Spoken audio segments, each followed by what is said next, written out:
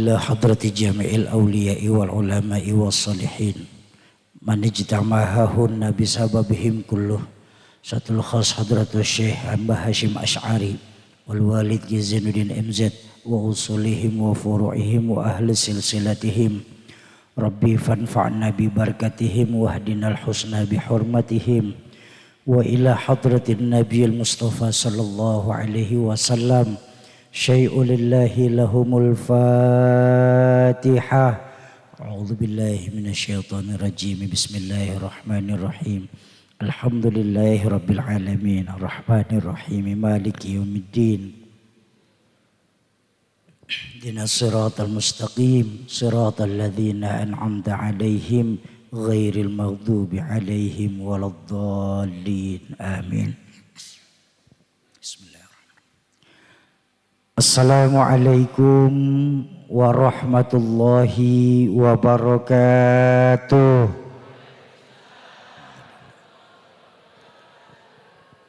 Alhamdulillahil aliyyul akbar wa azizul ghaffar rabbul jannati wan nar. Wassalatu wassalamu ala sayyidina Muhammadinil mukhtar wa alihil athhar wa ashabihil akhyar, amma ba'du.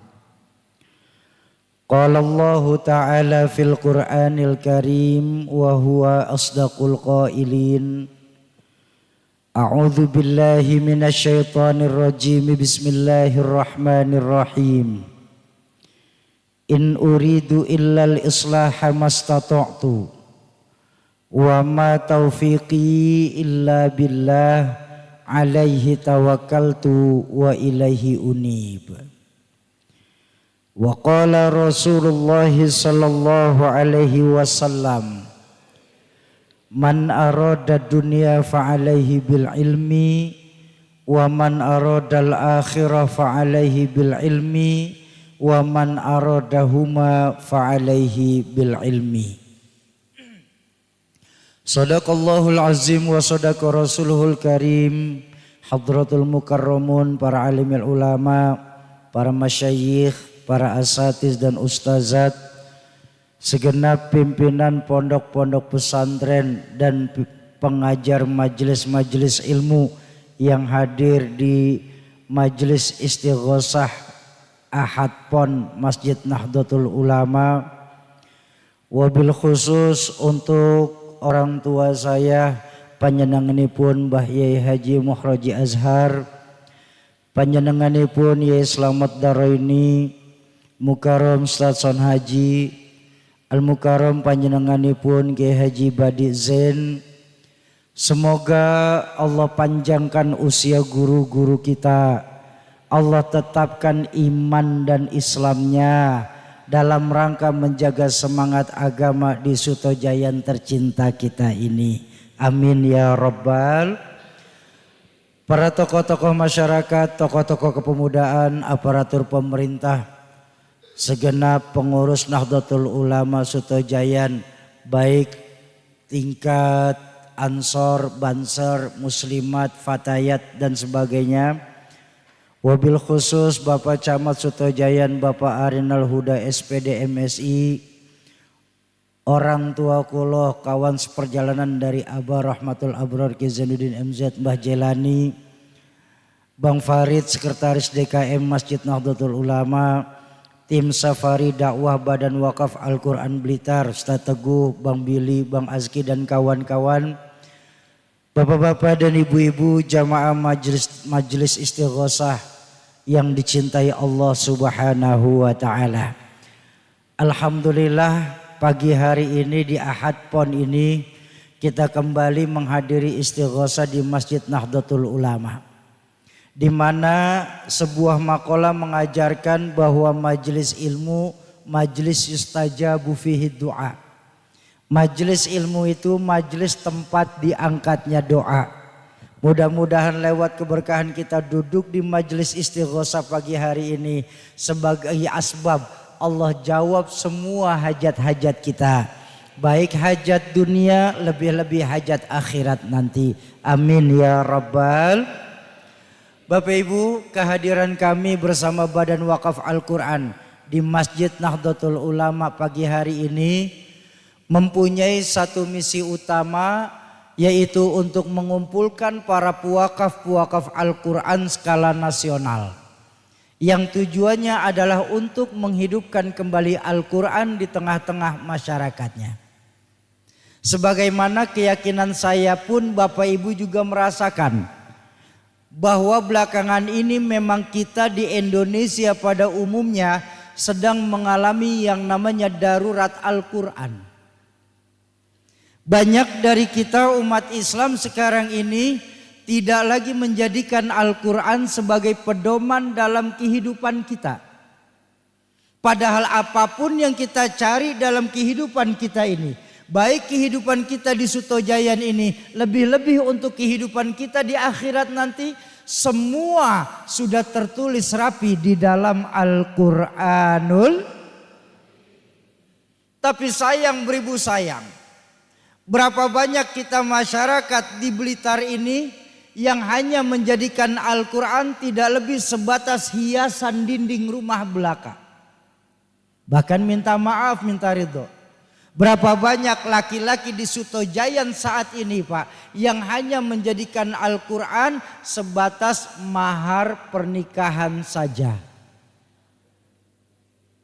Selepas akad nikah dengan dalih penghormatan terhadap kesucian Al-Quran, Al-Qurannya ditaruh di tempat yang tertinggi, bahkan untuk diambil pun susah lagi.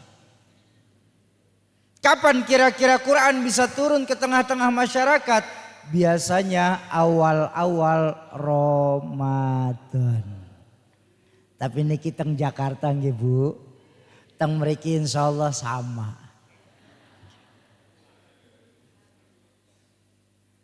Nah makanya mengambil keberkahan majelis istighosah di hadapan para ulama, kalau cuma ingin menjadikan kita semua yang hadir di majelis istighosah ini, apa yang dipesan baginda Nabi dalam hadis, Iqra'ul Quran fa innahu ya'ti yaumal qiyamah syafi'an li ashabi.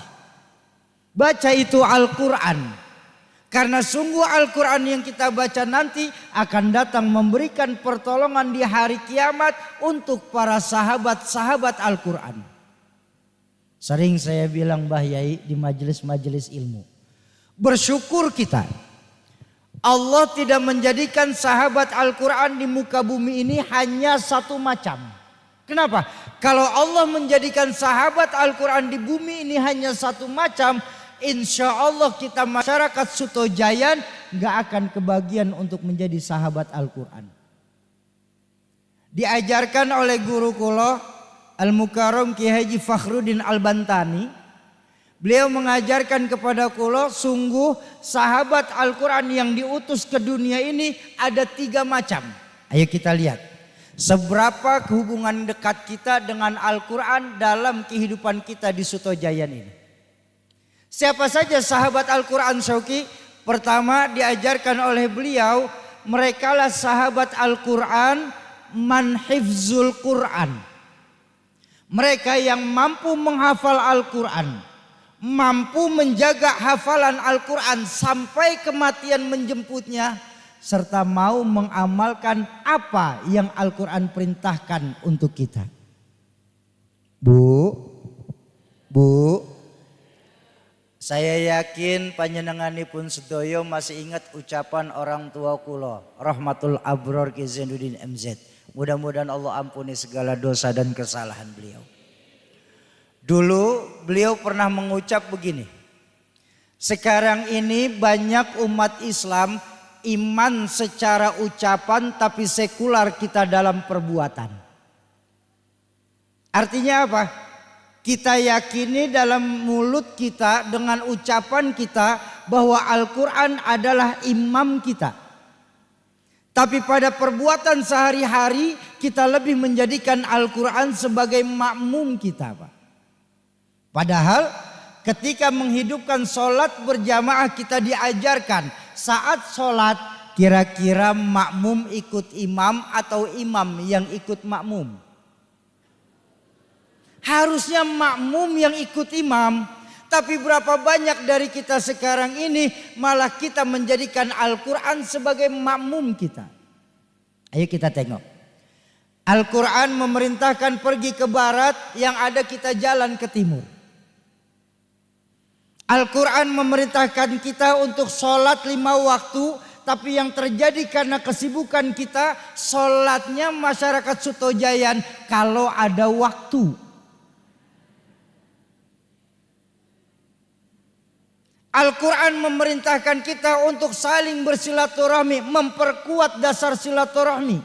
Wa'tasimu bihablillahi jami'an wa la tafarraqu. Tapi maaf 1000 maaf yang terjadi dalam kehidupan kita sebagai muslim, jangankan di kota-kota besar, sampai di Sutojayan ini pun berasa Mbah Yai, gaya hidup masyarakat Islam sekarang sudah mulai nafsi-nafsi. Bahkan dalam Al-Quran diperintahkan seorang istri untuk taat kepada suami. Tapi berapa banyak saat ini istri-istri zaman modern lebih senang ngumpetin uang suami. Ada yang kayak begitu di sini? Ini loh kita. Kita menjadikan Al-Quran sebagai makmum kita daripada kita menjadikan Al-Quran sebagai imam kita. Makanya wajar, dulu beliau juga pernah berucap, sekarang ini kita umat Islam banyak orang bisa memberi contoh, tapi sedikit orang yang mampu menjadi contoh. Itu yang pertama. Man hifzul Quran. Syauki, alhamdulillah sudah banyak penghafal Quran di Sutojayan ini. Alhamdulillah. Walaupun belum masih sedikit dalam rumah tangga kami, mudah-mudahan lewat majelis istighosah di masa yang akan datang lahirlah para penghafal Quran dalam rumah tangga kami, Syauki. Amin ya rabbal. Tapi apakah kami yang belum menghafal Quran masih berhak untuk menjadi sahabat Quran, Syauki? Tentu. Karena yang kedua dari sahabat Quran, ketika kita belum mampu menghafal Al-Quran, siapa yang kedua? Yang kedua, man quri Al-Quran. Mereka yang gemar membaca Al-Quran. Syauki, ada apa Bu? Ada enggak standarisasi dalam Islam yang disebut orang baca Quran, Syauki? Ada. Dijelaskan dalam hadis baginda Nabi, beliau bersabda, barang siapa seorang muslim yang mampu membaca 100 ayat minimal setiap hari dalam kehidupannya, maka Allah berikan 2 keistimewaan bagi mereka yang sanggup membaca minimal 100 ayat dalam Al-Quran. Apa saja Syauki keistimewaan orang yang membaca 100 ayat? Pertama, doanya tidak akan pernah tertolak dari sisi Allah. Yang kedua, mereka sudah menggugurkan haknya Al-Quran dalam kehidupannya. Ayo. Al-Quran sebagai kalamullah, suka atau tidak suka, mempunyai hak dan kewajiban atas umat Islam. Sekali lagi saya ulang. Sebagai kalamullah, suka atau tidak suka, hakikat Al-Quran itu mempunyai hak dan kewajiban atas umat Islam. Apa haknya Al-Quran? Dibaca minimal 100 ayat setiap hari dalam kehidupannya. Lalu kewajibannya Al-Quran apa, Syauki? Ketika sudah belajar, sudah dibaca 100 ayat, kewajiban Al-Quran memberikan pertolongan nanti di yaumil mahsyar. Di mana saat yaumul mahsyar dijelaskan dalam hadis, la yadhillu illa dhilluh. Tidak ada yang namanya pertolongan yaumil mahsyar kecuali atas pertolongan Allah. Dan Allah memberikan izin kepada yang dicintai Allah, ada 3 yang bisa memberikan pertolongan yaumul mahsyar. Siapa saja, Syauki? Pertama, pertolongan para ulama-ulama kita. Makanya yang paling enak tuh masyarakat NU, derek ulama. Kenapa? Karena nanti yang paling sibuk di yaumil mahsyar pertama itu siapa? Ulama kita. Dan inilah asbabnya Kenapa dalam Islam itu sanad keguruan hukumnya mutlak? Sebagaimana Al-Imam Ibnu Mubarak dalam pembukaan Sahih Bukhari dijelaskan, al-isnadu minad-din. Sanad itu bagian daripada agama. Bahkan ulama-ulama fikih pun mengajarkan orang yang belajar agama tidak ada guru, fasyaikhuhu syaiton, maka gurunya adalah. Ini sekarang terjadi, Pak. Dengan kemajuan teknologi kita merasa nggak perlu lagi datang ke majelis istighosah. Terutama adik-adik saya, anak-anak muda kita, Pak. Nggak perlu lagi datang ke pesantren, nggak perlu lagi hadir di majelis taklim. Di mana mereka belajar? Sama Mbah Google. Ngajinya sama ustazah YouTube, mazhab fikihnya Instagramiyah dan TikTokiyah. Makanya jangan heran. Umat Islam sekarang ini banyak tahu tapi tidak tahu banyak. Ketika banyak tahu tapi tidak tahu banyak, maka perbedaanlah yang akan diperbesar, bukan mencari persamaan dalam agama. Ini yang terjadi saat ini. Itu yang pertama. Yang kedua siapa Syauqi? Dan ini cikal bakal. Kalau kita yang pertama sudah punya sanad keguruan derek ulama, kita sudah ada guru, maka yang kedua dan ketiga jauh lebih mudah lagi. Siapa yang kedua? Yang kedua syafaat dari Al-Quran itu sendiri. Tapi ingat, Al-Quran itu mempunyai dua sanad. Sanad guru, sanad ijazah dan sanad syahadah. Ya. Ini banyak dari kita ini penghafal Quran mempunyai sanad ijazah. Tapi sedikit yang mempunyai sanad syahadah dalam Al-Quran. Sehingga maaf Mbah Yai, banyak sekali yang kami temukan berkah perjalanan Al-Quran. Masih banyak imam-imam sholat salah dalam membaca surah Al-Fatihahnya. Terutama di pedalaman-pedalaman Indonesia. Akibat apa? Akibat tidak bersyahadah dalam Al-Quran. Memang bedanya apa Syauqi? Kalau sanad ijazah full 30 juz. Tapi kalau sanad syahadah per ayat dijelaskan. Itu yang kedua. Yang ketiga siapa Syauqi? Yang ketiga yang kita semua masyarakat di Sutojayan ini harapkan. Syafaatul uzmahnya baginda Rasulullah Sallallahu Alaihi Wasallam. Tapi dua ini tidak akan bisa kita capai kalau kita tidak mempunyai guru. Karena biar bagaimanapun sebuah maqalah mengajarkan laula murabbi ma'araftu rabbi. Kalau saja tidak karena guru-guru kita, maka niscaya kita tidak akan pernah kenal siapa Tuhan kita. Itu yang kedua. Syauqi, ada apa Bu? Alhamdulillah kami di Sutojayan ini masih baca Quran. Alhamdulillah, walaupun keseringannya cuma malam Jumat saja, itu pun Yasin lagi. Beda surat Yasin paling Al-Kahfi, beda Al-Kahfi Ar-Rahman, beda Ar-Rahman Waqi'ah, beda Waqi'ah Tabarok. Biasa 5 surat andalan masyarakat Nahdlatul Ulama. Syauqi jangan ngeledek, kamu ngenyek Syauqi. Para ulama-ulama kita, para masyayikh mengajarkan 5 surat ini kan membawa manfaat masing-masing Syauqi buat umat Islam. Saya setuju 5 surat ini mempunyai keistimewaan. Surah Al-Kahfi. Barang siapa yang membaca surah Al-Kahfi di hari Jumat, maka Allah akan jaga dirinya dari 2 fitnah dahsyat. Fitnah akhir zaman dan fitnah dajjal. Istimewa apa tidak? Istimewa. Surah Yasin.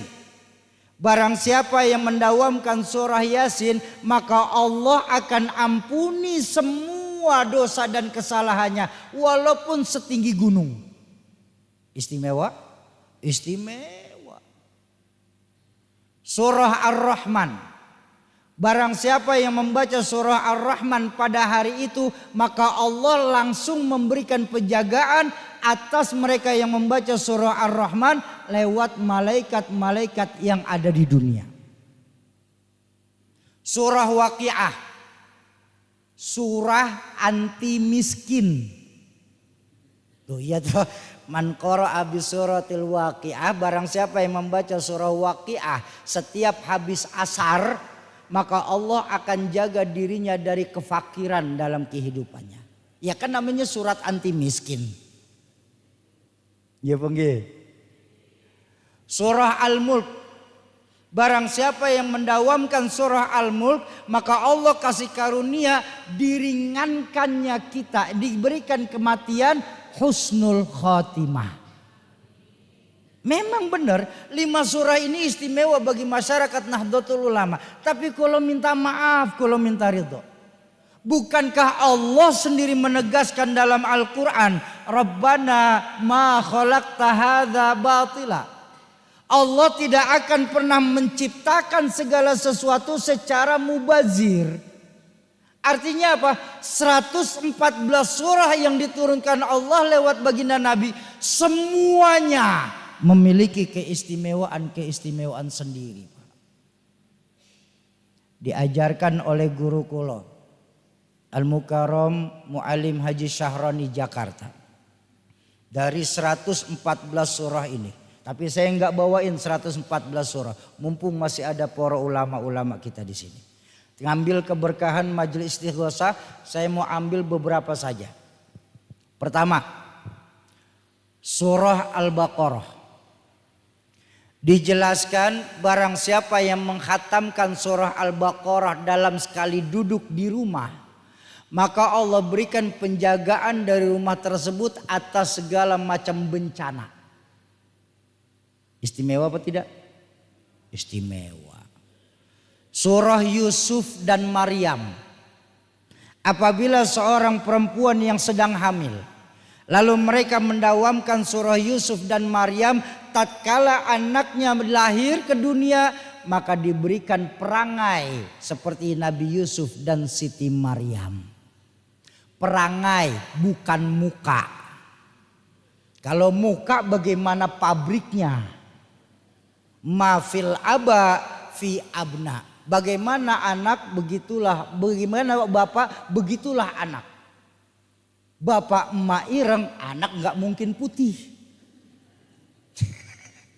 Mohon maaf Mbak Yai, ngapunten. Ini kan banyak kita jual keajaiban Mbak Yai. Kalau mau anaknya ganteng dari hamil baca itu surah Yusuf. Lah kalau pak emaknya ireng.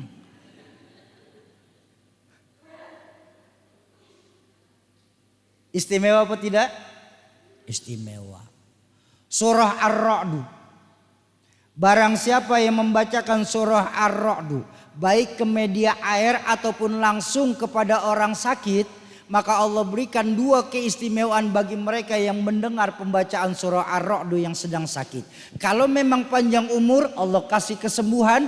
Tapi kalau memang pendek umur, sudah ditetapkan waktunya, maka Allah berikan keringanan saat sakaratul maut. Istimewa apa tidak? Lalu kenapa moconya 5 surat mawon? Muter di situ-situ aja. Kalau ndak Al-Kahfi, Yasin, Ar-Rahman, Waqiah, Tabarok. Muter ndak kemana-mana itu. Sauki, ada apa? Kamu mah ngomong mudah. Kami kan yang ngejalanin. Maksudnya bagaimana Bu? 100 ayat itu panjang Sauki. Kami kan harus nganter anak. Kami kan harus beresin rumah. Kami harus belanja ke warung.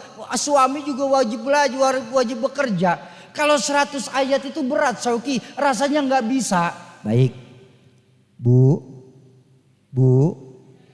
soal ibadah itu bukan soal bisa atau tidak, tapi soal mau atau tidak. Karena ketika 100 ayat sekali baca berat mungkin, kan boleh dicicil. Habis subuh 20, Zuhur 20, Isya selesai kok 100. Betul. Makanya yang Allah lihat itu bukan banyaknya ibadah. Saya ulang biar nggak salah persepsi. Allah nggak melihat banyaknya ibadah yang kita lakukan Pak. Allah itu melihat seberapa istiqomahnya kita dalam melakukan ibadah itu sendiri. Maaf, ngapunten minta maaf. Bu, kewan mawon harganya beda-beda kok. Betul apa betul? Hewan harganya nggak ada yang sama.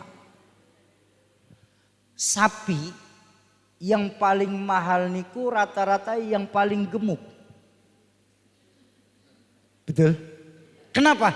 Karena harga sapi berdasarkan dagingnya. Tapi jangan lupa bu, ada burung perkutut lebih mahal dari seekor sapi. Padahal perkutut dagingnya sedikit benar. Di mana harga skor perkutut? Suaranya. Lalu di mana harga diri kita sebagai muslim di Sutojayan ini? Apakah yang paling gemuk? Silahkan bersaing sama sapi. Maaf yang gemuk, maaf. Atau yang paling merdu suaranya. Oh, kalau orang merdu dapat tiket VIP ke surga, mungkin Haji Oma sama Elvi Sukaisi antri di depan. Tapi kan Allah nggak kayak begitu. Allah menjanjikan dalam Al-Quran, inna akramakum indallahi atqakum. Yang paling mulia di sisi Allah yang paling takwa. Siapa yang paling takwa? Yang ibadahnya istiqomah. Ini kita sekarang. Ya. Dan maaf, kalau ibu istiqomah habis sholat 20 ayat. 20 ayat saja. Ya. Enggak sampai 1,5 bulan sudah khatam kok. Sampai nanti bulan Zulhijjah kalau Allah kasih panjang umur, istiqomah paling tidak buat perempuan ini terpotong masa-masa khusus istimewa perempuan, paling tidak 8 sampai 9 kali dalam 1 tahun kita sudah khatam Quran. Daripada 5 surat muter aja di situ nggak kemana-mana. Oh begitu ya Syauki? Iya. Berarti Syauki ya kalau mau Qurannya cuma malam Jumat niku ya Yasin lagi. Yasin cuma 83 ayat. Betul. Berarti Syauki ya belum termasuk orang yang gemar baca Quran. Pertanyaan kami Syauki, apakah kami masih bisa untuk jadi sahabat Quran? Tentu. Jangan pernah putus asa dari rahmat Allah, karena sahabat Al-Quran yang ketiga siapa? Man uhiyal Quran. Mereka yang mau menghidupkan Al-Quran di tengah-tengah masyarakatnya. Sebagaimana pesan baginda Nabi dalam riwayat lain, khairukum man ta'allamal Quran wa 'allamahu. Sebaik-baiknya umat Islam yang terus belajar Al-Quran dan mengajarkan Al-Quran di tengah-tengah masyarakatnya.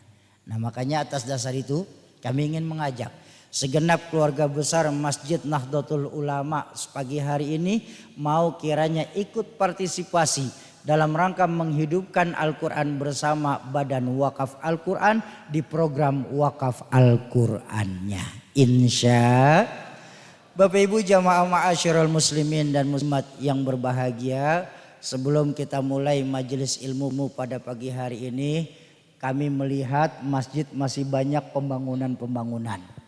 Ya. Jadi kami ingin mengajak Bapak Ibu di Istighosah Ahad Pon kali ini ikut berpartisipasi dalam rangka pembangunan masjid. Mau ikut partisipasi pembangunan masjid? 7 orang bah. Ini kan lebih.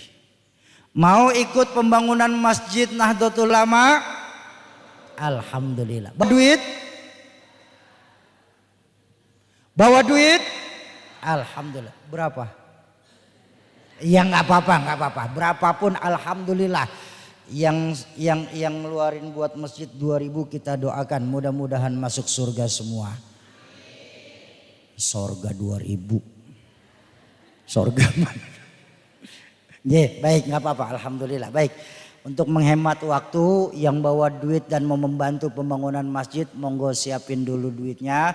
Yang bawa duit juga nggak apa-apa, pinjam dulu sama sebelahnya.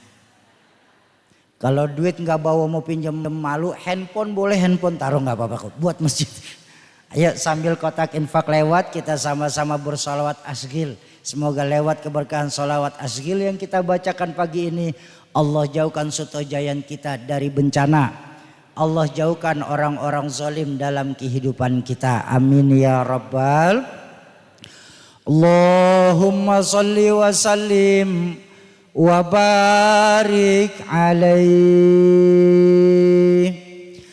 Allahumma salli ala sayyidina Muhammad wa ashghili zalimim.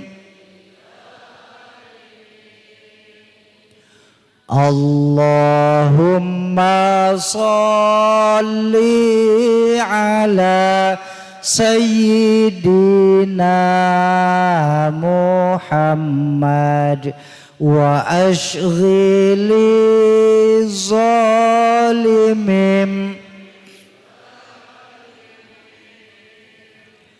Wa akhrijna min bainihim wa ala alihi wa sekali lagi kompak kita bersolawat. Allahumma salli ala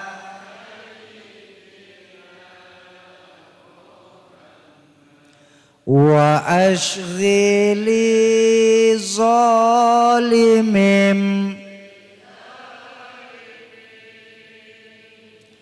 Allahumma salli ala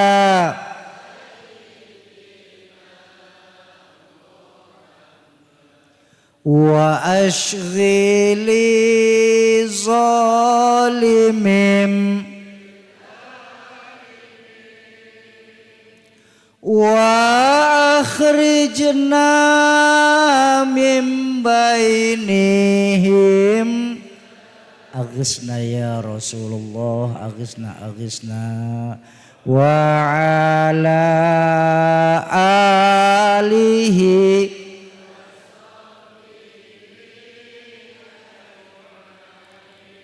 sallallahu rabbuna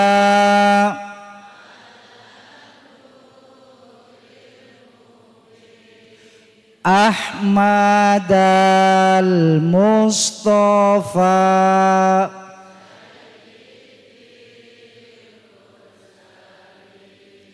wa ala alihi wa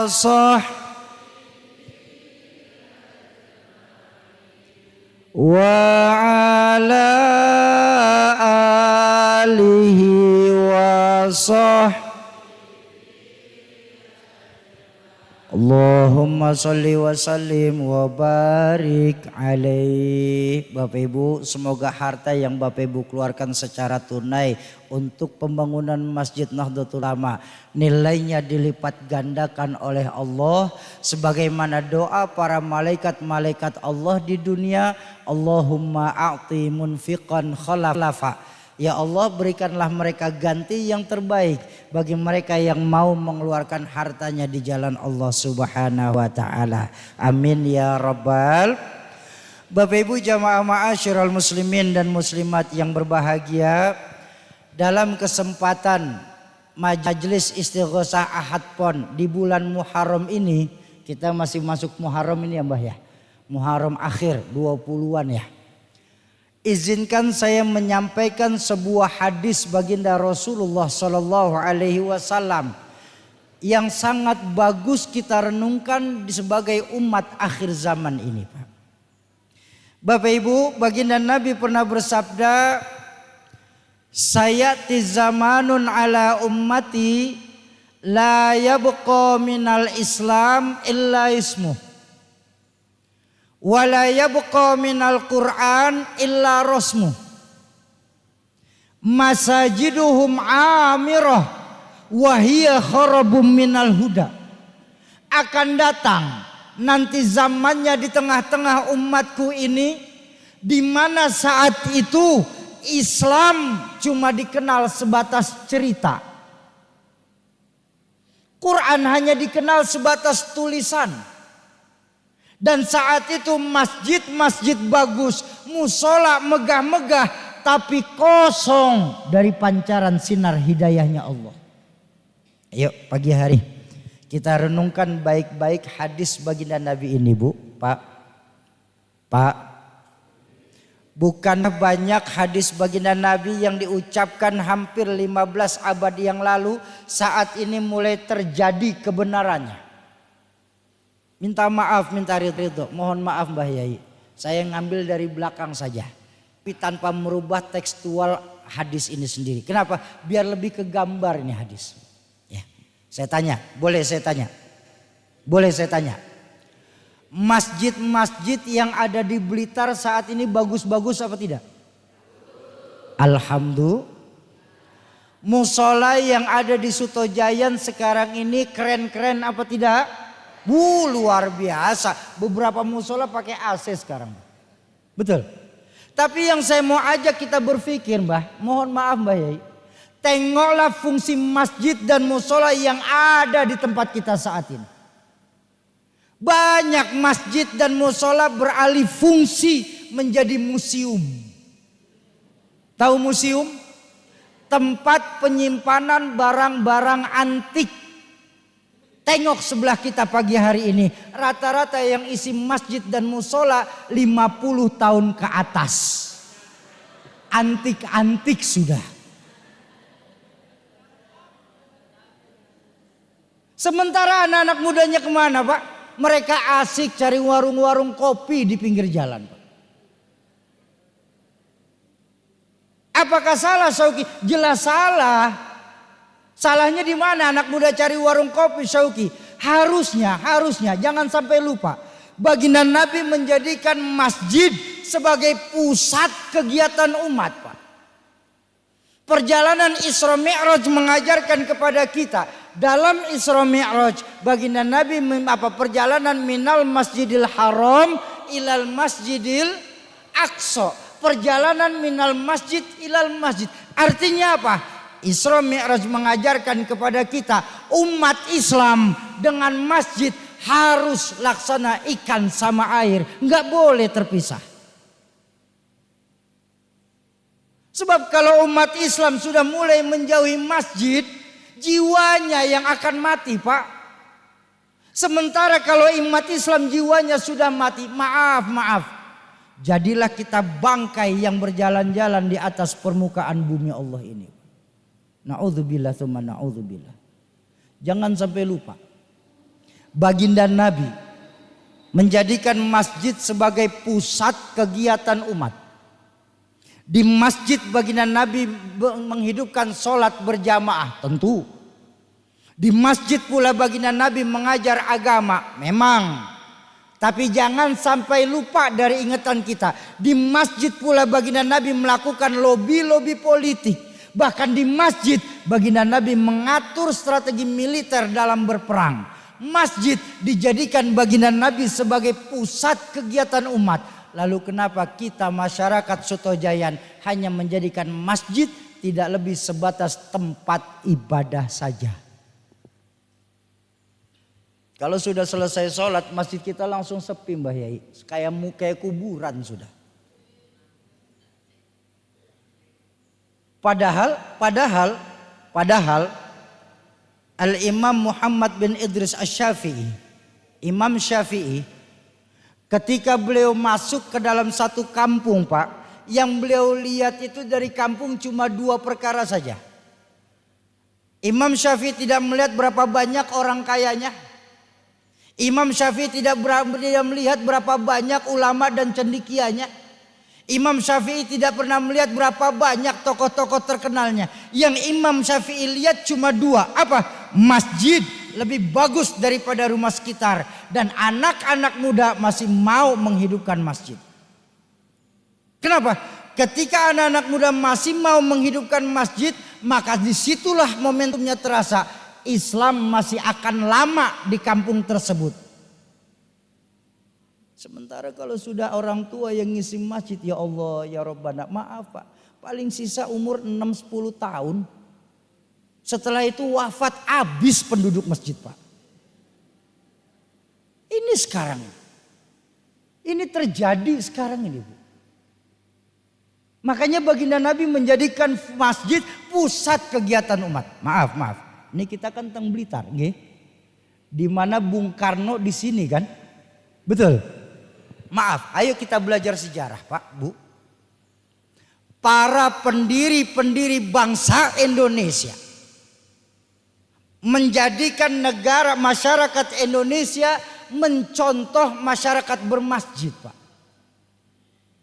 Bayangkan, para pendiri-pendiri bangsa Indonesia menjadikan cikal bakal masyarakat Indonesia mencontoh masyarakat bermasjid.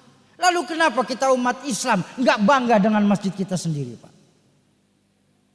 Memangnya apa Syauki yang bisa dicontoh dari masyarakat bermasjid? Ayo kita lihat. Pertama, yang bisa kita contoh masyarakat bermasjid, makanya dicontoh oleh para pendiri-pendiri bangsa kita melalui para ulama-ulama Nahdlatul Ulama. Apa yang bisa dicontoh? Pertama, siapapun masuk masjid wajib copot sendal, buka sepatu. Kenapa? Karena tidak ada warga negara kelas 1 di dalam masjid.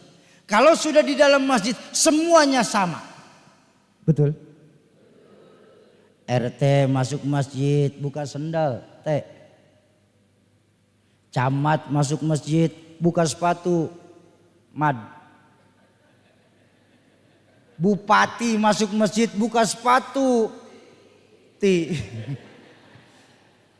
Indahnya masyarakat bermasjid. Hansip masuk masjidnya duluan, softnya di depan, penuhin soft depan. Sip. Ulama masuk masjidnya belakangan, ya jangan nyelak, tetap aja ikutin soft. Nggak ada warga negara kelas 1 di dalam masjid. Semuanya sama kalau sudah berada di dalam masjid. Nah, para pendiri bangsa kita membangunnya lewat apa? Supremasi hukum Pak. Para pendiri-pendiri bangsa kita berharap tidak ada masyarakat kelas 1 ketika berhadapan dengan hukum Indonesia. Semua harus sama ketika berhadapan dengan hukum Indonesia. Betul? Lalu kenapa makin kesini hukum Indonesia bersifat seperti pisau? Tahu pisau? Tajam ke bawah, tumpul ke atas. Kalau kita masyarakat kecil punya salah, hukum cepat benar ditegakkan. Tapi yang besar punya salah, hukum pura-pura merem dan tidak melihat. Ini yang nyakitin perasaan kita. Masjid. Jangan kelewatan. Bagaimana kita nggak mau sakit Pak? Nenek-nenek di Jawa Tengah mencolong buah coklat untuk kebutuhan perutnya, dihukum kena 6 bulan penjara Pak. Dadan MBG. Innalillahi wa inna ilaihi raji'un. Ya memang kita sudah min akhirus sa'ah ini. Sudah akhir zaman kita ini Pak. Di mana akhir zaman baginda Nabi sudah mengingatkan Pak. Apa beliau bersabda? Sayati 'alan nasi zamanun, akan datang nanti di tengah-tengah manusia satu zaman, wa ruwasa'uhum kal asad wa wizra'uhum kadh-dhi'ab wa hukama'uhum kal kilab wa yauma idzin ummati kal ghinam. Innalillahi wa inna ilaihi raji'un. Sadis benar ini hadis ini. Akan datang nanti zamannya di tengah-tengah manusia di mana mereka punya pemimpin seperti singa. Tahu singa? Mau dimanapun ada hutan, Jawa, Kalimantan, Irian, Sumatera, dimanapun ada hutan, rajanya pasti. Padahal hutan gak pernah bikin pemilu, Pak. Tapi di mana-mana raja hutan pasti. Dan ketahuilah Pak, Bu, kalau singa yang sudah jadi raja, maka yang berlaku hukum rimba. Bagaimana hukum rimba? Yang kuat akan memangsa yang lemah, Pak. Betul. Terjadi apa tidak sekarang ini? Terjadi, Pak. Kebijakan-kebijakan para pemimpin-pemimpin saat ini yang tidak berbijak kepada rakyat. Betul. Saya bingung, nyaris tidak ada empati sebagai manusia. Dari 2010 Pak. Dulu 2010 cabai mahal, rakyat disuruh nanam cabai. Beras mahal, rakyat suruh nanam padi. Untung 2026 telur kagak mahal Pak. Apa suruh betelor kita Pak? Ayo rakyat Indonesia, kita harus hidup berhemat. Rakyat gak usah disuruh berhemat Pak. Memang segini-gininya nasib rakyat. Pejabat-pejabat kalau mau disuruh berhemat.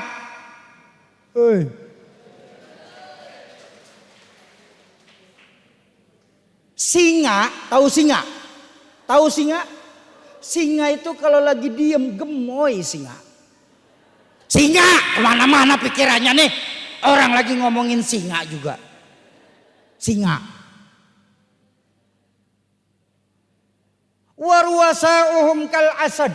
Pemimpin-pemimpin mereka bertingkah seperti singa.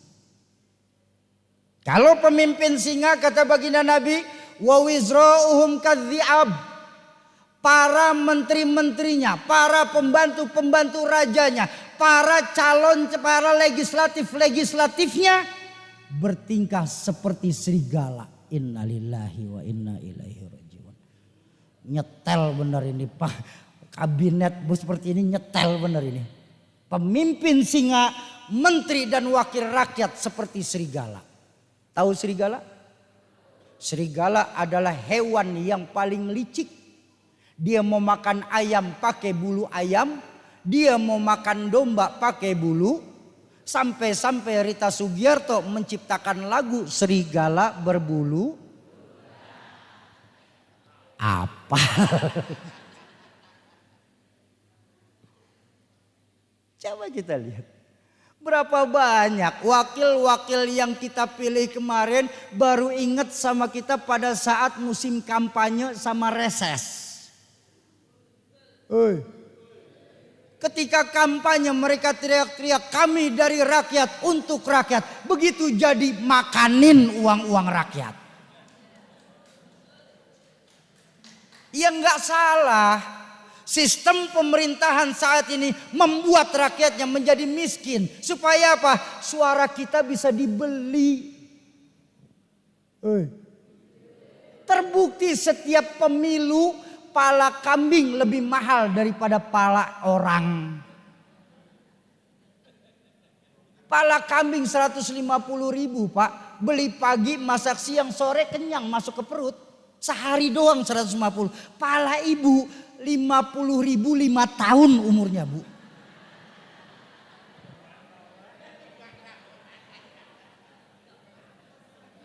$100.000. Tetap aja 5 tahun Bu. Hitung seharinya berapa. Makanya baginda Nabi sudah mewanti-wanti. Jangan pernah kau berikan jabatan kepada mereka yang meminta jabatan itu sendiri. Kenapa? Ketika seseorang yang bukan ahlinya disuruh megang jabatan kata baginda Nabi. Fantaziru sa'ah. Tunggulah kehancuran di tempat tersebut. Innalillahi wa inna ilaihi. Coba lihat sekarang. Ya memang gak salah Pak. Gak salah.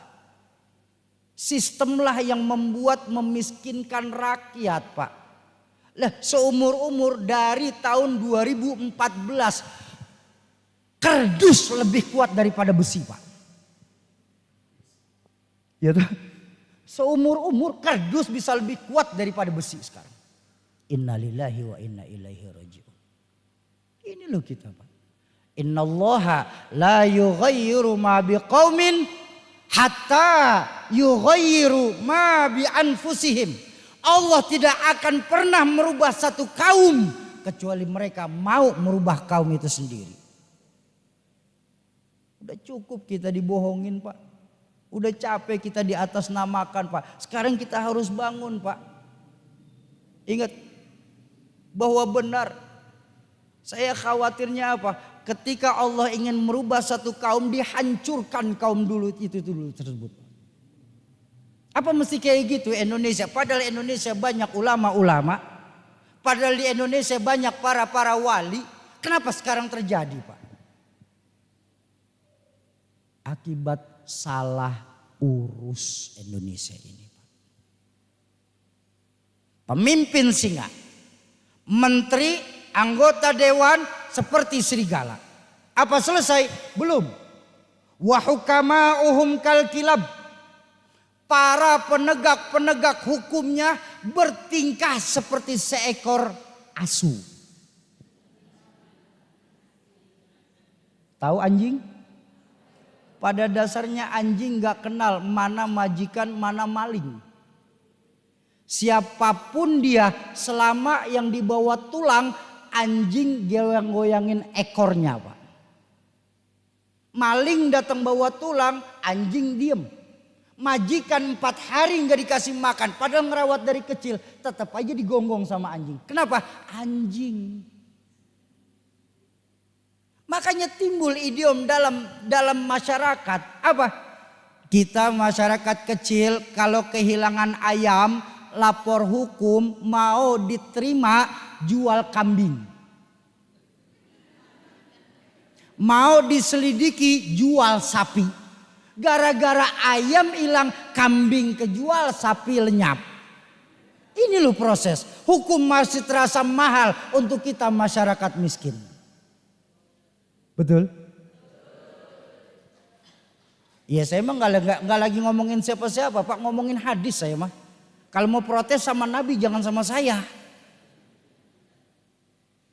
Ketika itu semua terjadi, pemimpin singa, menteri serigala, penegak hukum seperti anjing. Wa yauma idzin ummati kal ghinam. Nasib umat Islam akhir zaman itu enggak ubahnya seperti seekor kambing. Tahu kambing? Kambing itu hewan paling pasrah Pak. Ditarik ke sini mbe, didorong ke sono mbe, mau dipotong pun mbe. Lalu apa bedanya sama kita masyarakat saat ini Pak? BBM naik mbe. Dolar turunnya sedikit, mbe. Pengangguran masih banyak, mbe. Ini, coba kita lihat. Ini sudah akhir zaman Pak. Sudah akhir zaman. Ayo kita persiapkan diri kita baik-baik. Pendekatan kita kepada Allah itu yang paling utama. Irhamu ma fis sama, yarhamukum ma fil ard. Kalau kita urusin urusan langit, maka yang di langit akan memerintahkan makhluk bumi untuk nolongin kita. Makanya orang tua saya benar, cari sandaran yang paling benar di zaman susah seperti sekarang ini Pak. Orang tua saya kan ngajarin kalau saya sandaran sama orang kaya, dia bangkrut, saya bangkrut. Saya sandaran sama jenderal, kalau dia pensiun saya selesai. Tapi kan Allah gak pernah bangkrut Pak. Allah gak pernah berkurang kekuasaannya. Allah tetaplah Allah. Dimana Allah lam yalid walam yulad walam yakullahu. Itulah Allah Tuhan kita Pak.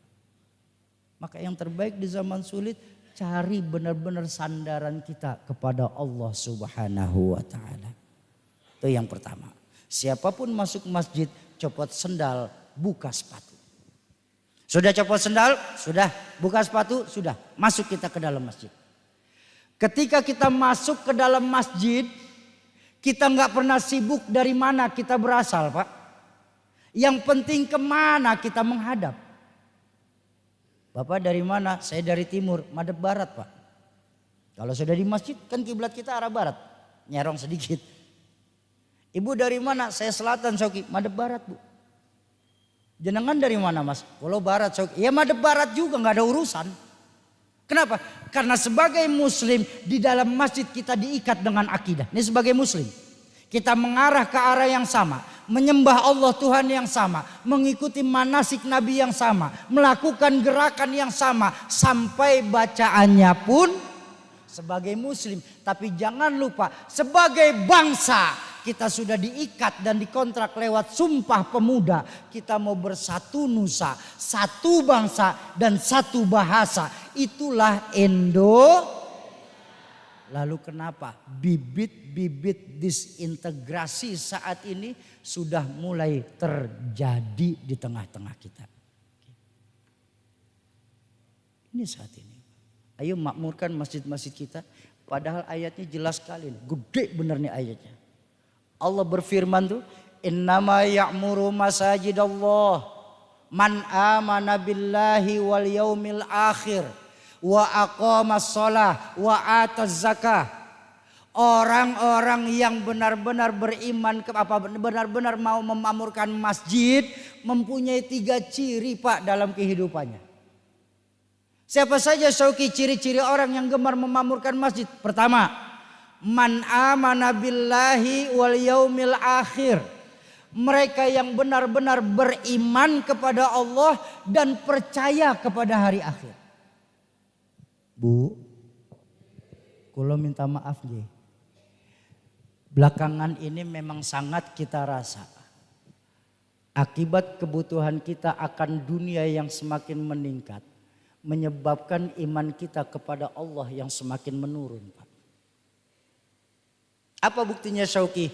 Banyak dari kita beragama cuma berdasarkan akal, bukan iman. Padahal Al-Imam Ibnu Hajar Al-Asqalani yang diajarkan oleh guru saya Rahmatul Abror Mbah Yai Nur Muhammad Iskandar Eski dalam kitab Nasaihul Ibad. Ya. Al-Imam Ibnu Hajar Al-Asqalani pernah berkata, inna thalathun khosaisu khatiratun alal muslimin. Ada 3 sifat yang sangat membahayakan bagi umat Islam kalau itu ada di tengah-tengah kita. Apa saja, Sauki? Yang utama saja yang saya mau bawain.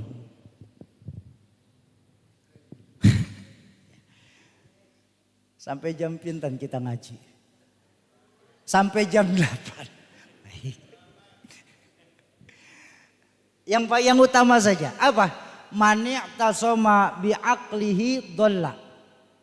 Barang siapa yang melihat agama cuma berdasarkan akalnya, maka dia akan tersesat selama-lamanya di dalam itu. Makanya baginda Nabi mengajarkan, fasu'ila faftau bi ghairi ilmin dhallu wa adhallu.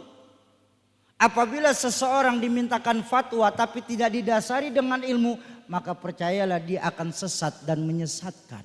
Ini kan banyak sekarang. Ini memang sudah akhir zaman. Salah satu tandanya apa? Kathirul khutaba wa qalilul hukama. Banyaknya penceramah-penceramah tapi sedikit yang mumpuni tentang keilmuan itu sendiri. Orang sekarang bicara agama ilmunya S2, Mbah Yai. Setahu saya. Innalillahi wa inna ilaihi rajiun. Padahal Islam bukan diturunkan kepada kita, Pak. Jadi nggak bisa ngomong agama setahu saya. Islam itu diturunkan kepada baginda Nabi yang diwariskan kepada sahabat, tabi'in, tabi'in, para salafus soleh, para ulama, guru sampai kita di Sutojayan ini. Kan ada penceramah, bukan di media sosial. Bagaimana seorang penceramah, ya? Dia berani ngomong hukum, setahu saya rukun wudu ada 2. Innalillahi wa inna ilaihi rajiun. Dan itu ngomongnya di hadapan jamaahnya, Pak. Ini terjadi saat itu. Pergeseran nilai, ulama-ulama dulu dipilih masyarakat berdasarkan kedalaman ilmu. Sedangkan penceramah-penceramah sekarang dipilih lewat polling SMS.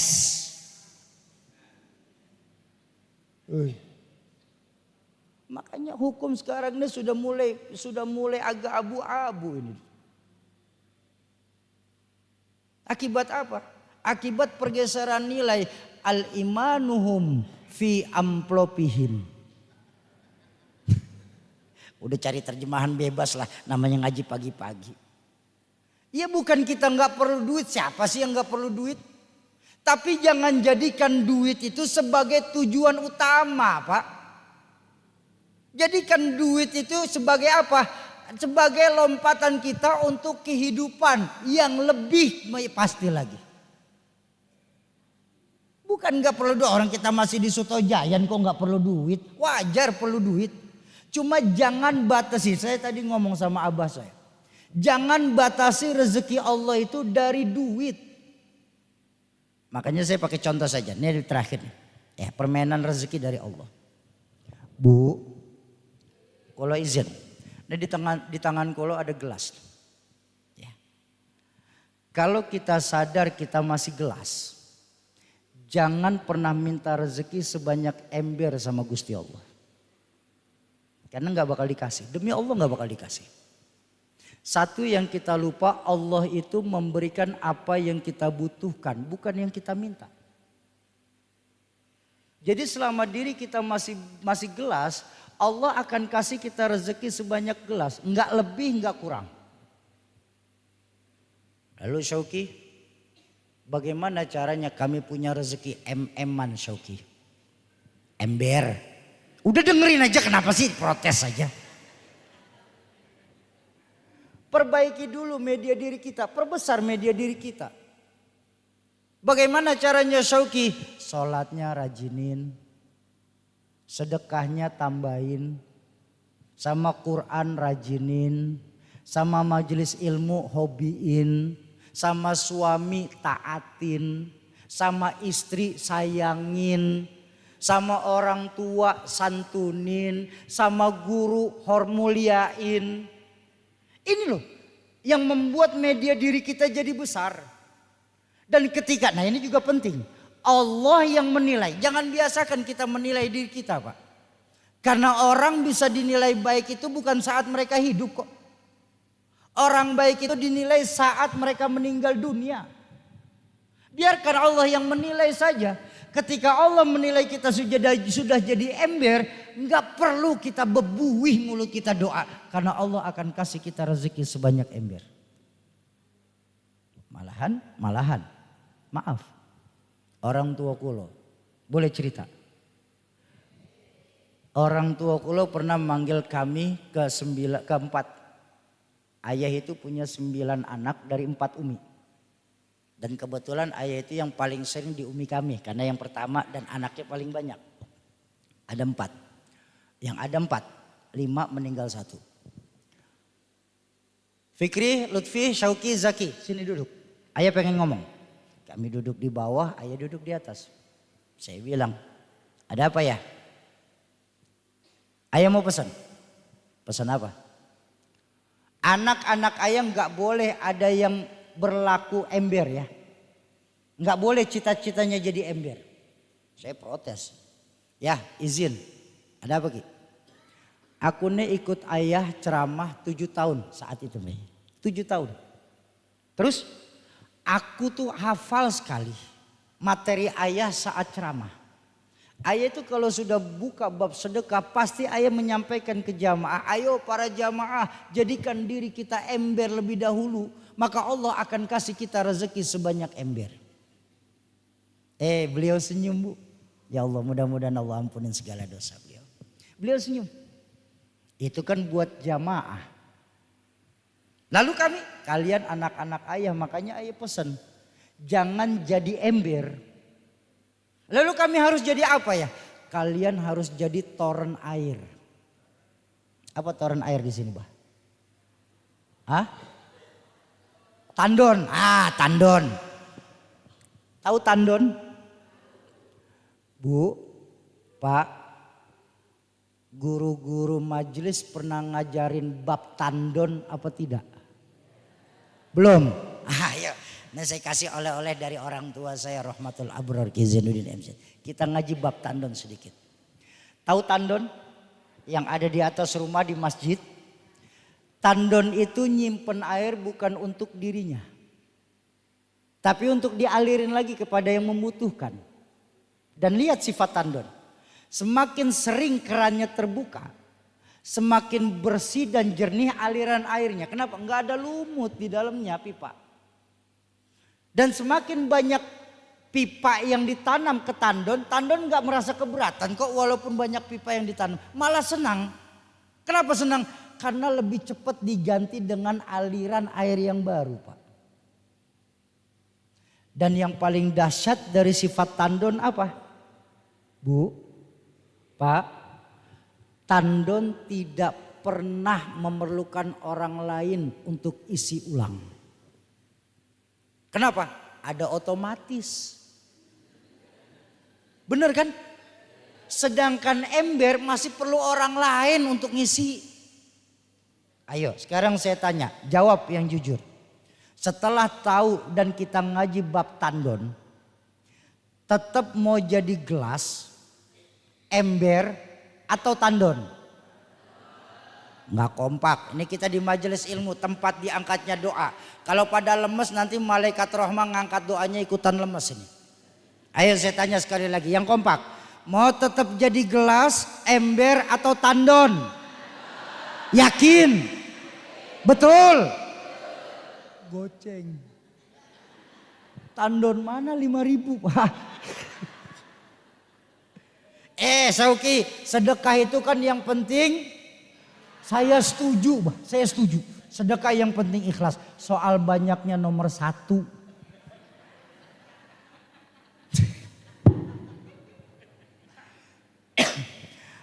Bapak Ibu jamaah ma'asyiral muslimin dan muslimat yang berbahagia. Itu yang pertama. Ya, ciri-ciri orang yang gemar memamurkan masjid, man amana billahi wal yaumil akhir.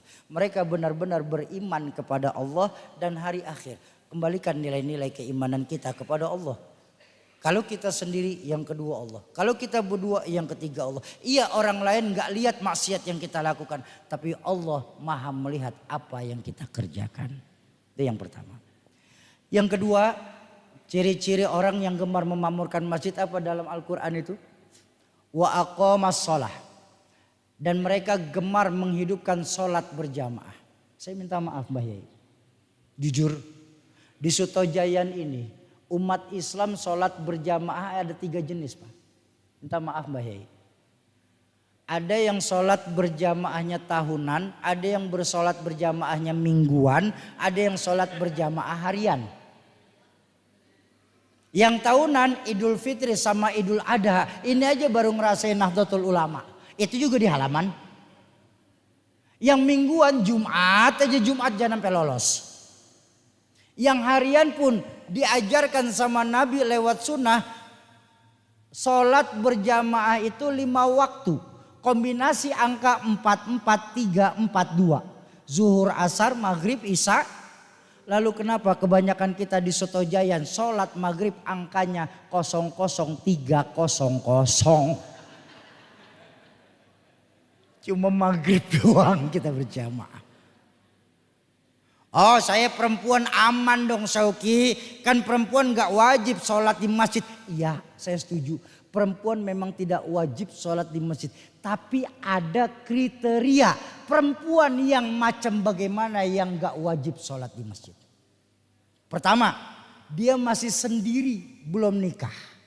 Kalau keluar rumah sendiri sholat di masjid akan timbul fitnah. Maka perempuan tersebut lebih bagus sholat berjamaah di rumah. Yang kedua, perempuan tersebut sudah nikah. Tapi datang ke masjid tidak ditemani sama mahram. Juga akan ujungnya menimbulkan fitnah.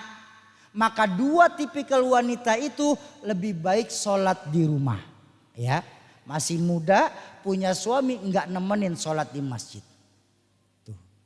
Kalau sudah nini yang mau difitnah apaan?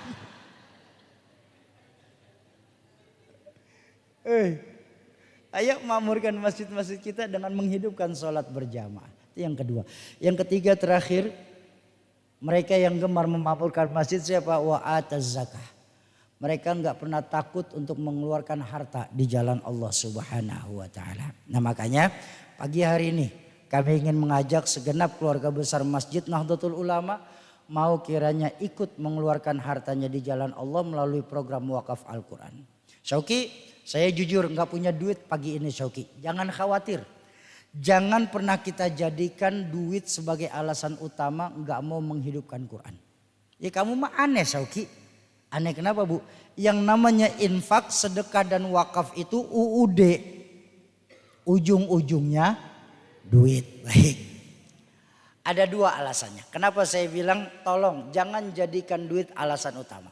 Pertama, kenapa saya bilang jangan jadikan duit sebagai alasan utama. Pertama, yang gak punya duit kan kita. Tapi kan Allah Maha Pemberi rezeki. Betul? Itu yang pertama. Masa kita kalah sama ayam? Ayam yang dari pertama diciptakan sampai hari ini modal rezeki cuma 2 dikasih sama Allah. Tokcer, patok dan ceker. Ditetapin apa tidak rezekinya? Tetapin. Saya nggak pernah dengar ada ayam ikut tender jalan tol Bu. Sampai saat ini. Cacing adanya di bawah tanah. Tidak diberikan mata, akal, tangan dan kaki. Allah tetapin apa tidak rezekinya? Allah tetapin apa tidak? Tetapin. Lalu kenapa kita menungso? Yang katanya makhluk sempurna. Diberikan akal untuk berpikir, mata untuk melihat peluang usaha, tangan untuk bermunajat, kaki untuk berikhtiar. Masih takut kehilangan rezeki yang sudah Allah tetapkan kepada kita. Itu yang pertama. Yang kedua, pagi ini kami nggak minta secara tunai. Tapi kalaupun ada yang bisa tunai, kami berucap kepada Allah alhamdulillahirrabbilalamin. Justru pagi hari ini kami cuma mengajak Bapak Ibu ambil pahala niatnya saja dulu. Karena Nabi mengajarkan innamal a'malu bin niat wa innama likulli imri'in manawa. Segala sesuatu berasal dari niat dan Allah pasti memberikan apa yang sudah kita niatkan. Bu, dalam Islam jangankan berbuat baik, niat saja kan dapat pahala. Betul apa betul? Salah. Ini nih akibatnya kita beramal tapi nggak pakai ilmu. Atau punya ilmu tapi malas untuk mengamalkan. Al-Imam Ibnu Ruslan mengajarkan amal nggak pakai ilmu nggak dapat pahala. Ilmu yang gak diamalkan akan dimintakan pertanggungjawaban di hadapan Allah. Ya.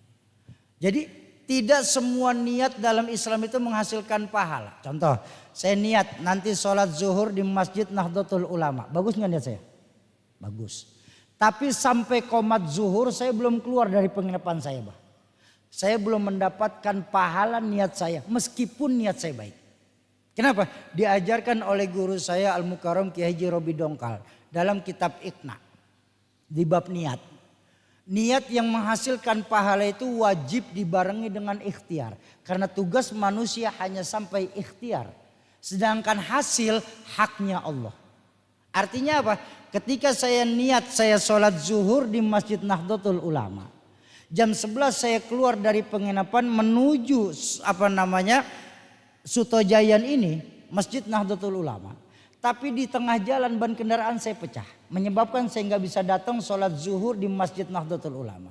Disinilah ketetapan Allah terjadi sama saya. Saya diberikan pahala sholat zuhur berjamaah Nahdlatul Ulama. Sebanyak jamaah yang datang untuk sholat zuhur berjamaah saat itu.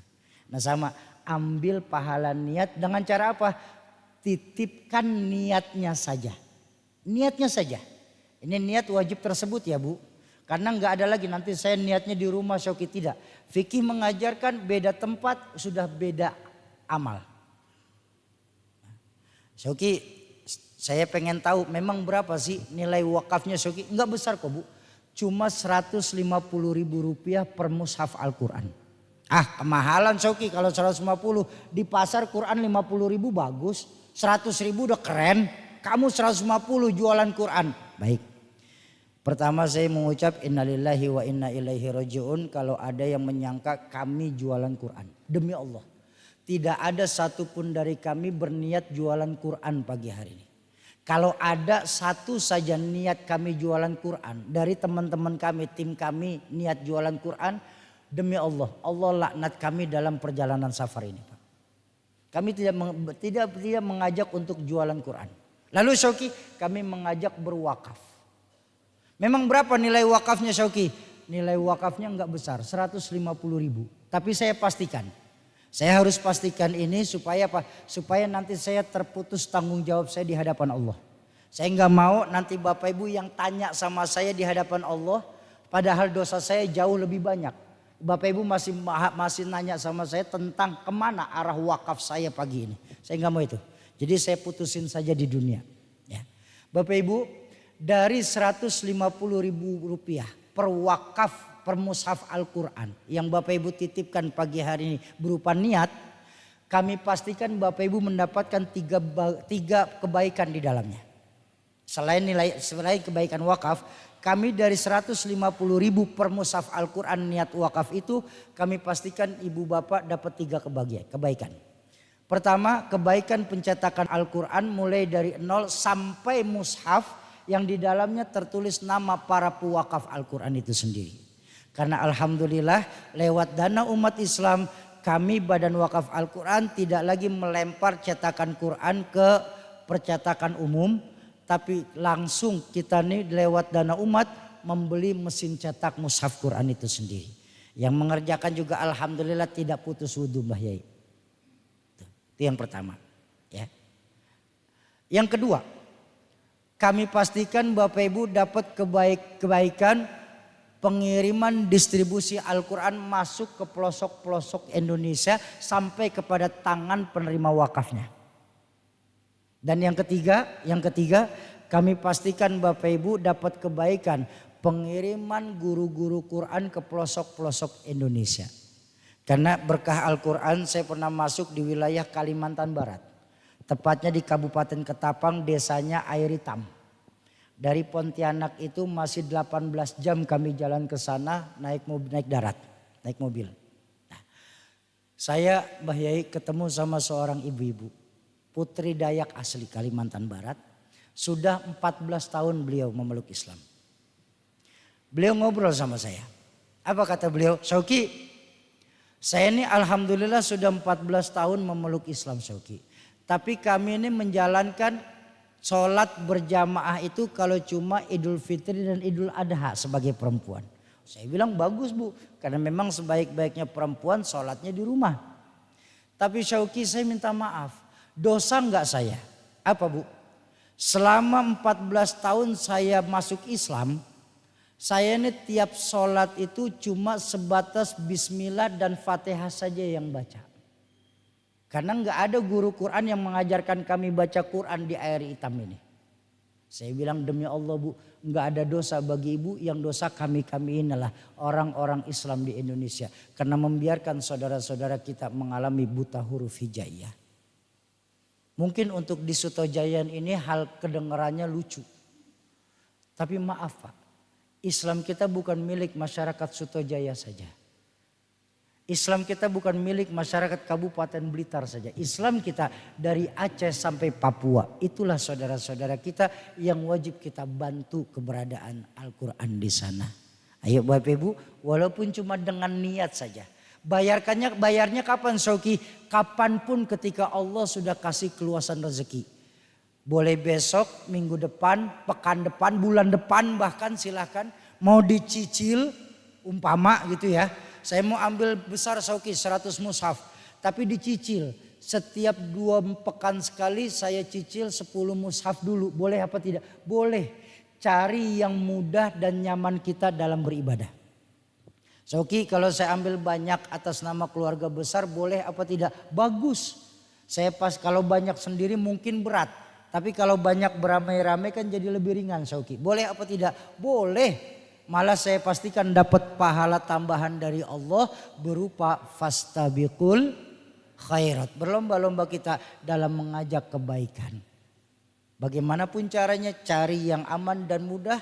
Mumpung kita masih ada di dunia ini, tempat kita untuk bercocok tanam, untuk panen kita nanti di kehidupan yang lebih pasti, yaitu darul akhirah. Bagaimana prosesnya nanti akan disampaikan oleh abang saya. Ustadz Teguh, saya izin untuk istirahat sebentar.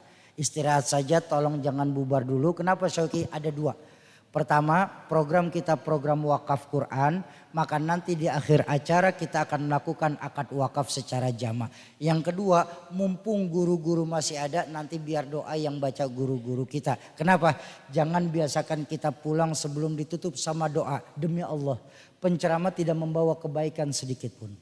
Kebaikan itu terjadi saat pembacaan doa yang Bapak Ibu aminkan. Disitulah momentumnya. Allah turunkan keberkahan di majelis istighosah ini. Allah angkat semua hajat-hajat kita lewat para malaikat-malaikat Allah.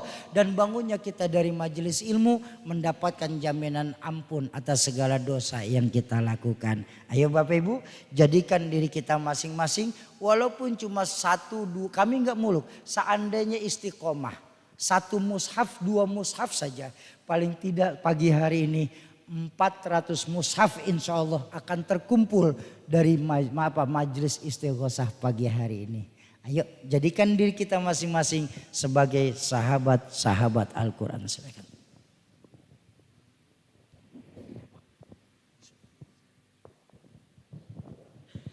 Oke, terima kasih pada Yai Syauki, Bapak Ibu jamaah yang dimuliakan Allah. Acara kita belum selesai, nanti setelah ditutup doa bisa foto bersama dengan beliau.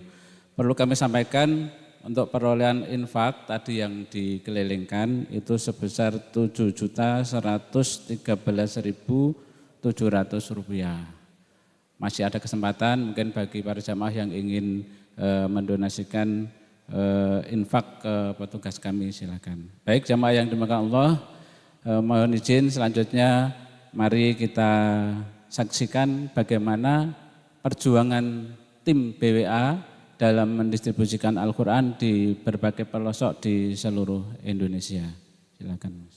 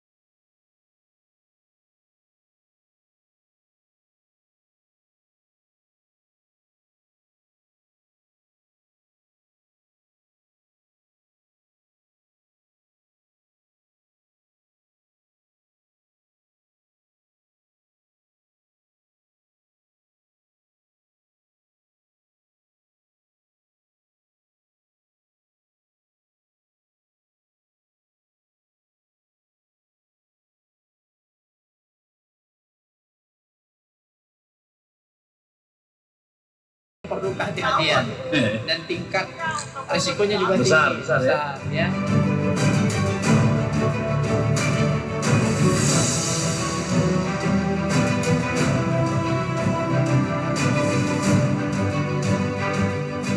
Bahwasanya mereka harus mengeluarkan biaya sebesar Rp700.000 untuk mendapatkan Al-Quran. Kita lihat kondisinya memang memprihatinkan.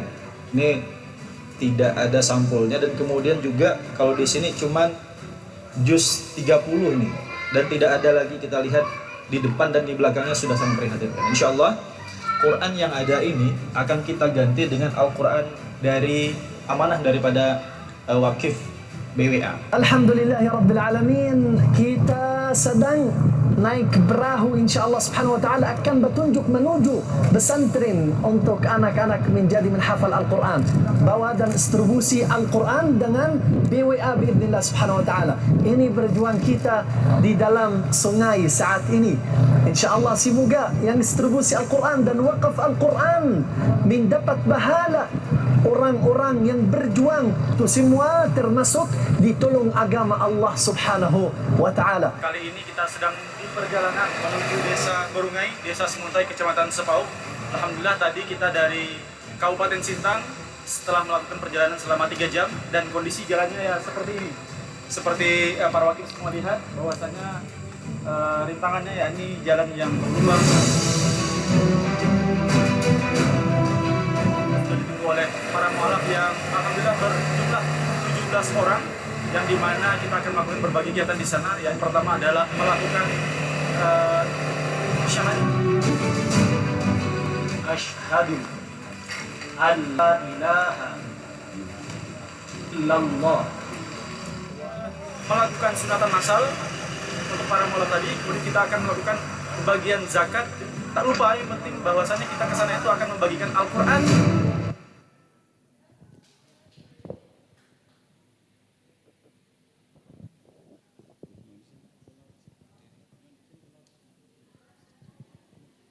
Baik para jamaah, demikian tadi bagaimana perjuangan tim BWA dan mendistribusikan Al-Quran. Dan pada kesempatan pagi hari ini kami mengajak para jamaah untuk turut serta dalam program kami yakni wakaf Al-Quran dan pembinaan yang insya Allah akan kami distribusikan ke beberapa daerah di semester 2 tahun 2026 ini, di antaranya ke Kalimantan, Aceh, Sumatera, NTT dan Kalimantan Tengah di berbagai pelosok seluruh Indonesia.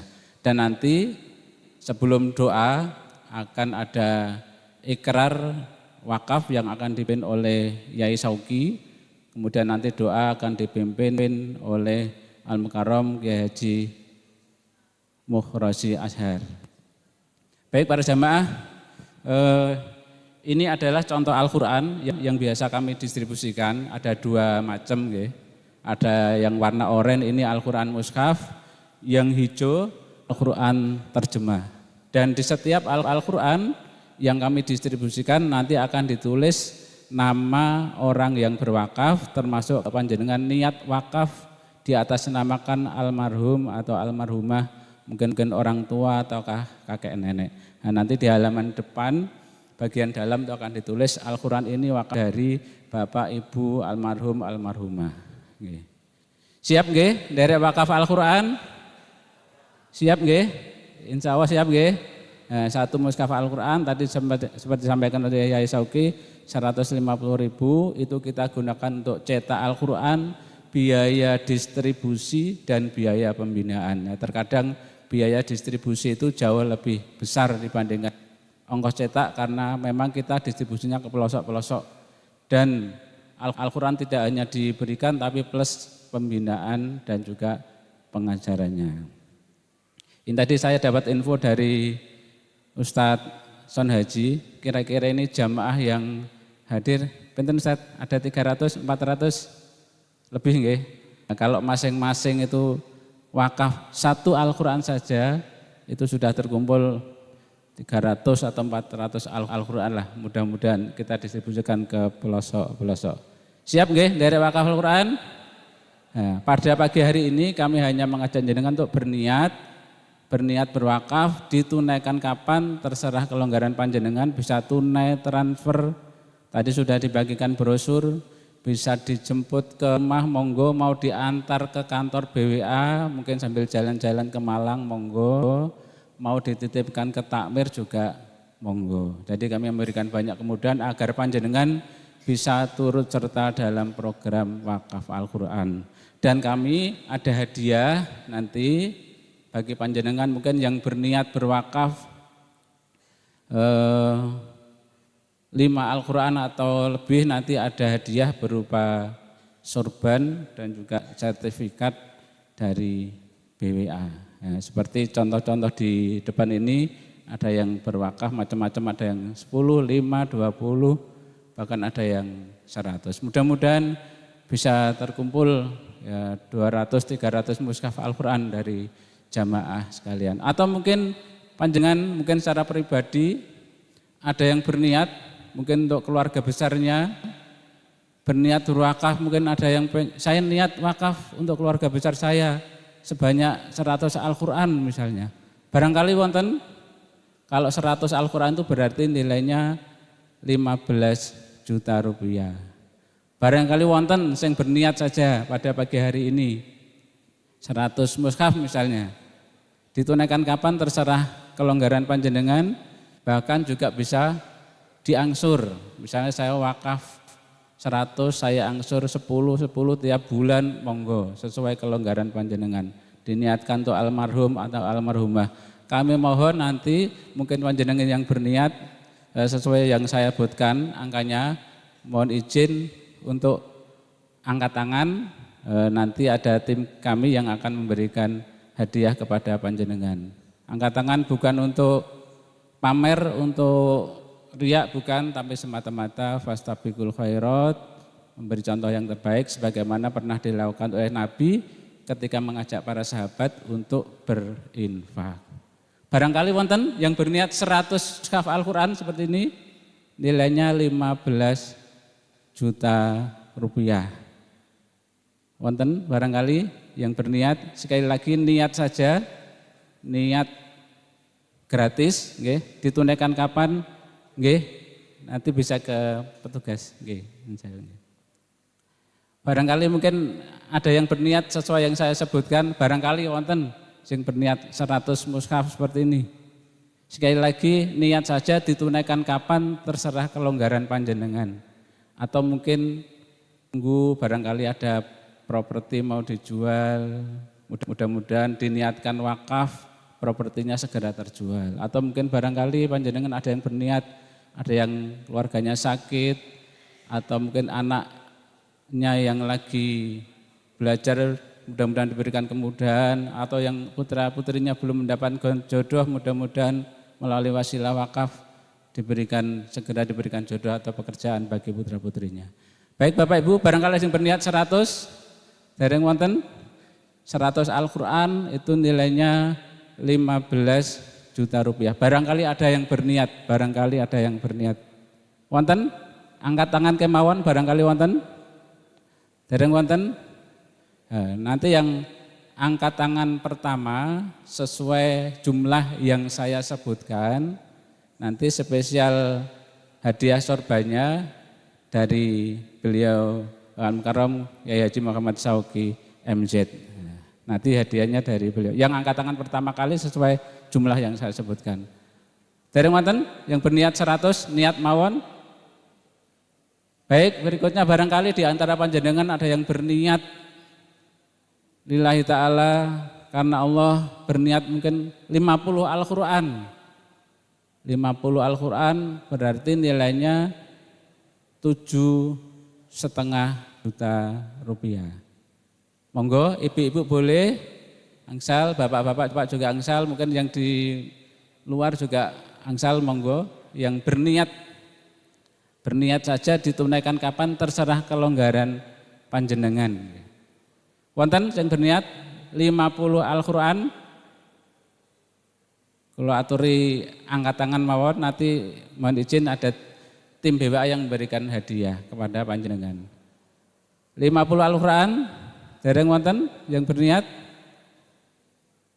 Baik, berikutnya mudah-mudahan ada di antara panjenengan yang berniat 30 mushaf Al-Quran.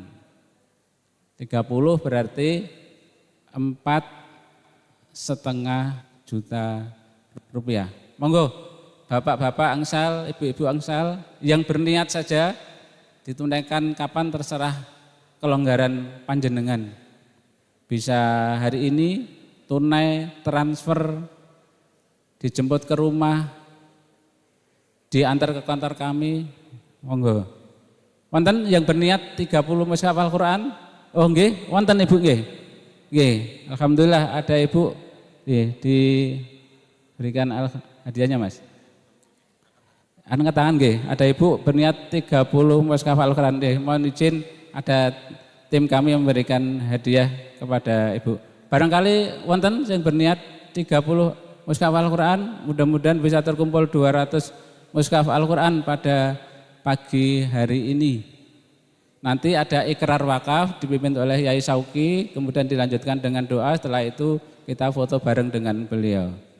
Baik, 30 belum ada. Mudah-mudahan berikutnya ada di antara panjenengan yang bisa turut serta dalam program wakaf ini. Mungkin ada 10 orang pada pagi hari ini, bisa ibu, bisa bapak yang berniat berwakaf 20 mushaf Al-Quran atau satu kerdus. Satu kerdus itu isinya 20 mushaf, nilainya 3 juta rupiah. Monggo, barangkali ada yang berniat, mungkin ada 10 orang yang berniat berwakaf 20 mushaf atau satu kerdus. Nggih. Pak Isbah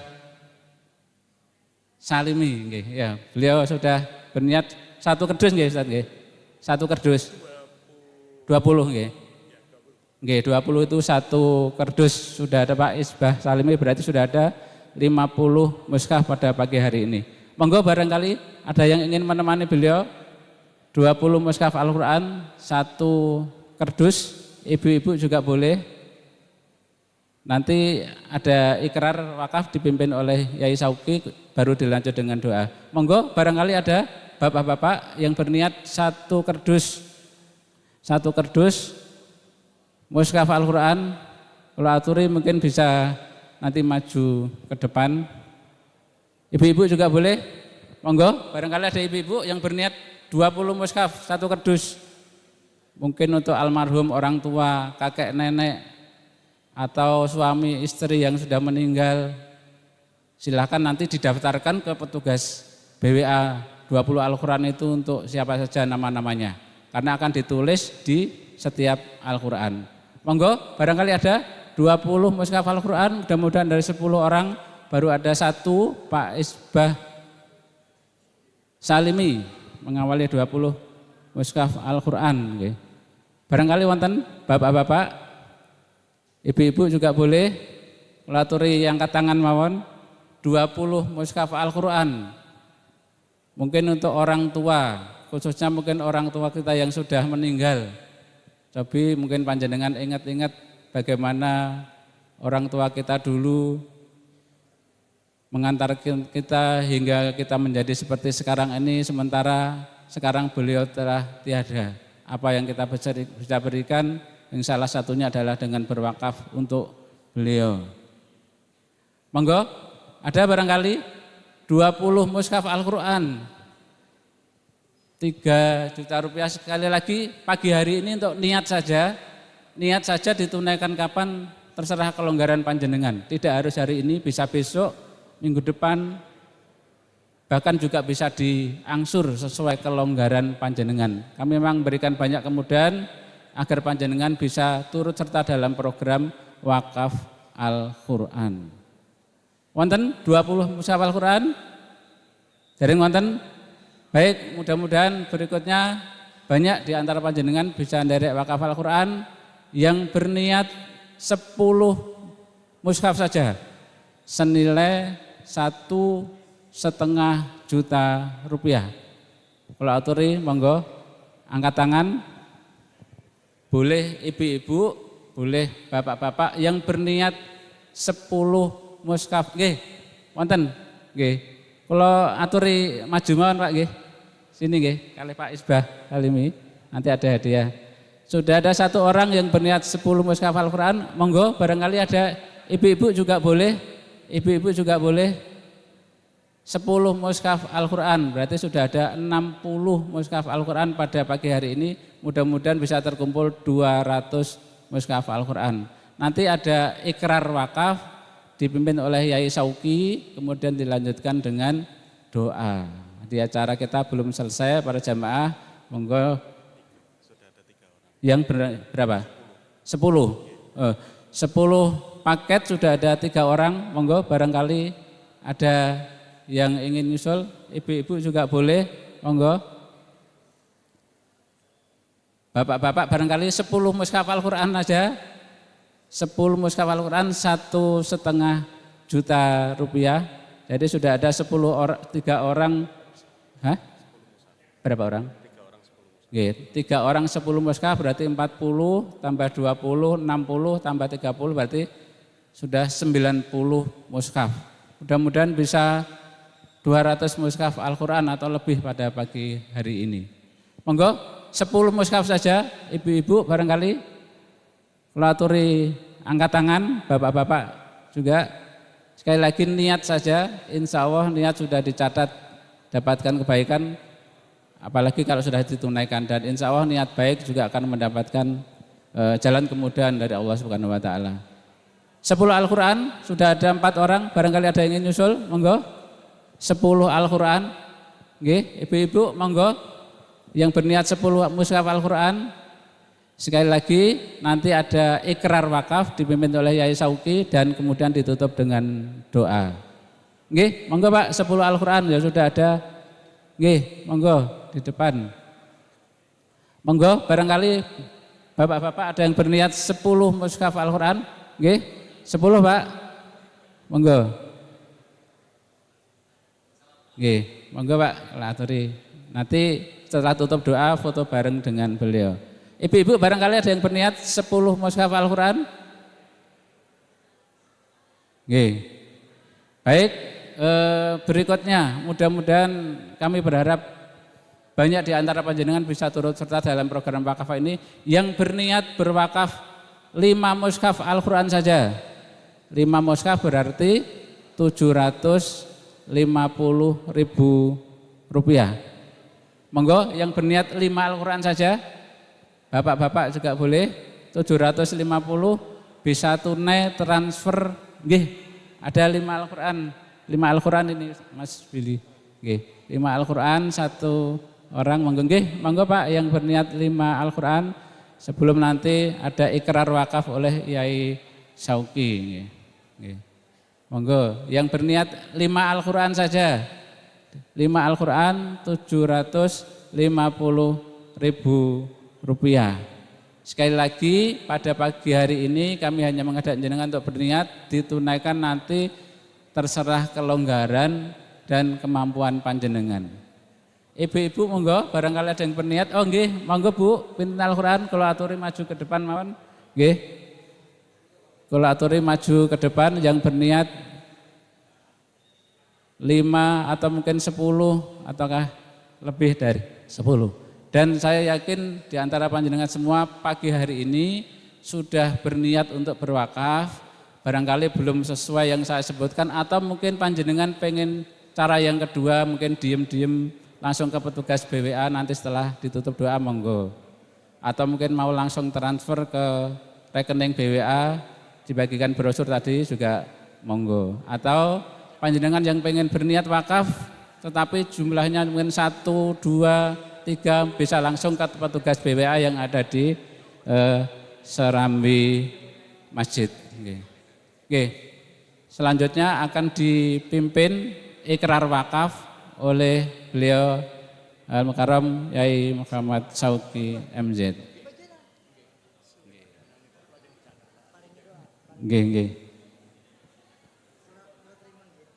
Alhamdulillah. Sekali lagi selanjutnya ada ikrar wakaf dipimpin oleh Yai Sauki, kemudian nanti doa dipimpin oleh Al-Mukarram Kiai Haji Mukhroji. Yai. Bapak Ibu jamaah ma'asyiral muslimin dan muslimat yang berbahagia, sekali lagi bagi Bapak Ibu yang masih mau ikut berniat secara sembunyi-sembunyi, baik senilai 10, 30, 50 mushaf Al-Quran atau yang hanya terbatas 1-2 mushaf Al-Quran saja, silahkan nanti selepas kita berdoa bersama tutup majelis, hampiri tim kami yang ada di depan untuk mendaftarkan sebagai pewakaf Al-Quran saja. Baik Bapak Ibu, sesuai dalam syariat Islam ada 3 perkara dalam Islam yang wajib menggunakan akad. Apabila 3 perkara ini tidak didasari akad, maka gugurlah kebaikan yang ada di dalamnya. Pertama nikah, yang kedua jual beli, dan yang ketiga wakaf. Pagi hari ini baik secara terang-terangan, alhamdulillahirabbil alamin, ataupun nanti yang mau sembunyi-sembunyi mungkin subhanallah Bapak Ibu sudah mau ikut berniat wakaf. Maka tugas kami sebagai badan penyelenggara adalah mengikat niat wakaf Bapak Ibu dengan akad. Akadnya pun tidak susah. Akadnya nanti ketika Bapak Ibu mendengar ucapan kami sampai di kalimat berkah dunia akhirat, kami cuma mohon tolong aminkan seraya dalam hati mengucap. Karena dalam akad ini ada ijab, ada qabul. Ijabnya kami badan penyelenggara, qabulnya Bapak Ibu sendiri para pewakaf yang mengucap. Bagaimana ucapannya Syauki? Biar ringkas saja, cukup terucap, saya ikhlas, saya ridho, saya berwakaf Al-Quran. Dan segitu saja. Saya ulang untuk memperjelas. Ketika nanti Bapak Ibu mendengar ucapan kami sampai di kalimat berkah dunia akhirat, kami cuma mohon tolong aminkan seraya dalam hati mengucap, saya ikhlas, saya ridho, saya berwakaf Al-Quran. Paham gih? Alhamdulillah. Ayo kita mulai akad wakaf Al-Quran di Masjid Nahdlatul Ulama pagi hari ini secara jamak. Bismillahirrahmanirrahim. Assalamualaikum warahmatullahi wabarakatuh. Alhamdulillah. Bapak Ibu para pewakaf Al-Quran, para keluarga Allah dan para calon penghuni surganya Allah Subhanahu wa ta'ala. Kami atas nama dari Badan Wakaf Al-Quran menerima niat wakaf Al-Quran yang Bapak Ibu titipkan pagi hari ini. Semoga lewat keberkahan dari niat wakaf Al-Quran pagi ini, yang apabila pahala niat wakafnya dikhususkan untuk orang tuanya, keluarganya, suaminya, istrinya, anaknya yang terlebih dahulu mendahulukannya, lewat keberkahan wakaf Al-Quran ini sebagai asbab Allah ampuni segala dosa dan kesalahan beliau-beliau. Allah lapangkan alam kubur beliau-beliau.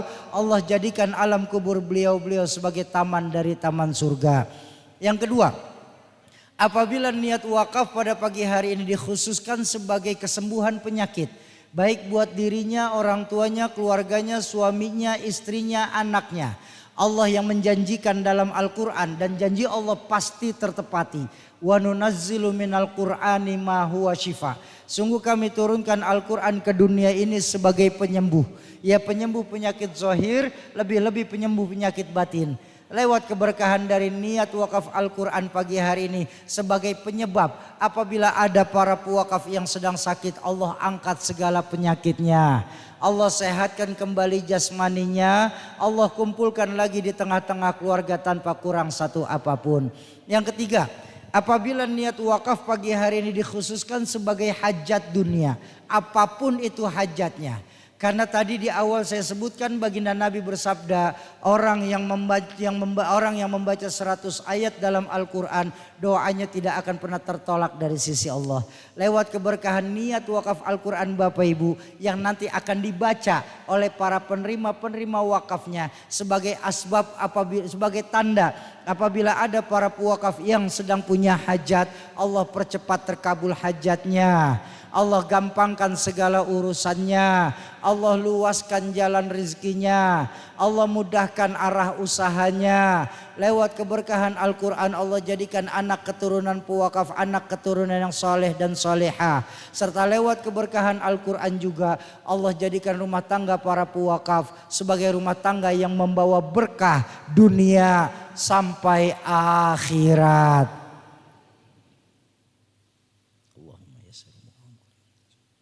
Ala hadhihi niyah wa ala likulli niyatin salihah wa ila hadratin Nabiil Mustafa. Al-Fatihah. A'udzu billahi minasyaitonir rajim. Bismillahirrahmanirrahim. Alhamdulillahirabbil alamin arrahmanir rahim maliki yaumiddin. Shiratal ladzina an'amta 'alaihim ghairil maghdubi 'alaihim waladdallin. Amin. Hadanallahu wa iyyakum minal ajma'in. Usikum wa nafsi bitaqwallah. Assalamualaikum warahmatullahi wabarakatuh.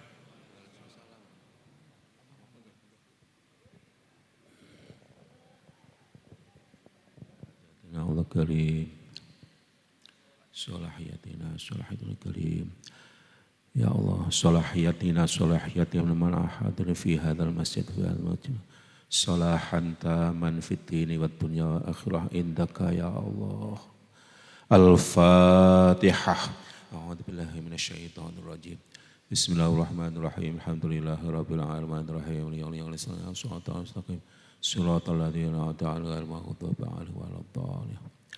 Wonten permintaan hadiah Fatihah kagem Pak Haji Sujai Tangfidiyah MWC Sutojayan saat menika sakit mugi-mugi enggal sihah lan afiyah kembali aktivitas ingkang selalu istiqomah nafi'ah barokah fitini wa dunya wa akhirah untuk ummah. Al-Fatihah. Bismillahirrahmanirrahim.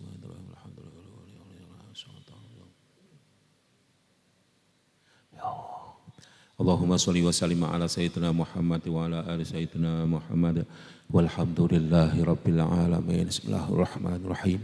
Subhanallahil aliyyil a'lal wahhab. Ya Allah ya Karim ya Rahman ya Rahim ya mujibas sa'ilin ya dzal jalali wal ikram.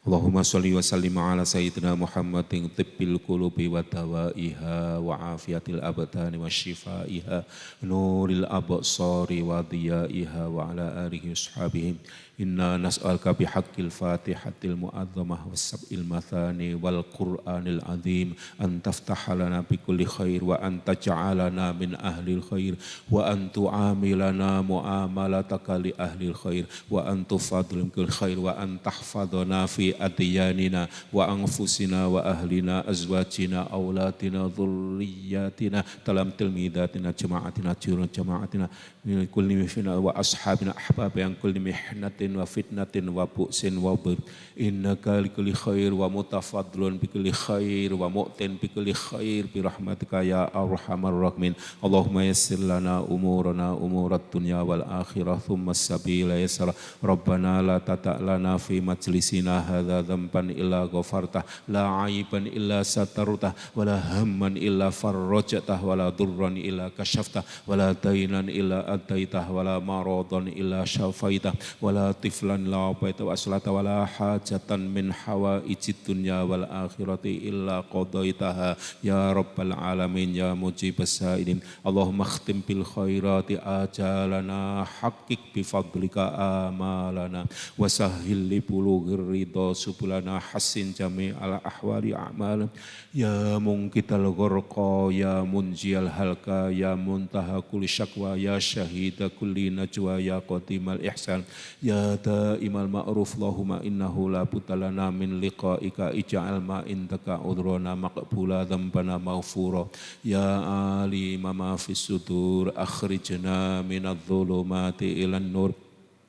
Allahumma inna na'udzubika min ilmin la yanfa'u wa 'ainin la tadma'u wa du'ain la yusma'u wa 'amalin la yufa'u. Inna na'udzubika minar riya wal kibri wal ujbi wal hasadi wat tama'i wal bukhli. Inna na'udzubika minal faqri wal kufri wal fusuq wasyiqaq wan nifaq. Inna na'udzubika min jahdil bala taraqis syaqa su'il qada syamatatil adab. Inna na'udzubika minal hammi wal hazani wal kasali wal jubni wal haram. Allahumma inna nas'aluka min khairi ma sa'alaka ibadukas salihun wa na'udzubika min syarri ma sta'adzaka ibadukas salihun. Inna nas'aluka min khairi ma sa'alaka nabiyyuka Muhammadun sallallahu alaihi wasallam. Na'udzubika min syarri ma sta'adzaka nabiyyuka Muhammadun sallallahu alaihi wasallam. Rabbana ighfir lana wa li ikhwanina alladhina sabaquna bil iman wa la taj'al fi qulubina ghillan lil ladzina amanu Rabbana innaka ra'ufur rahim. Subhana rabbika rabbil izzati amma yasifun wa salamun alal mursalin walhamdulillahi rabbil alamin. Amin. Al-Fatihah.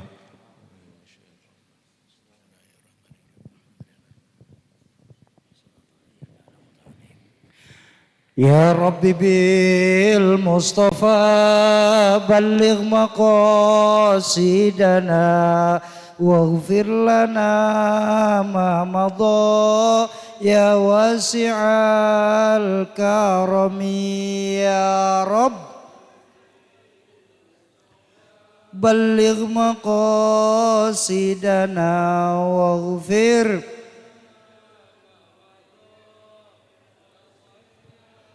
اللهم صل وسلم وبارك عليه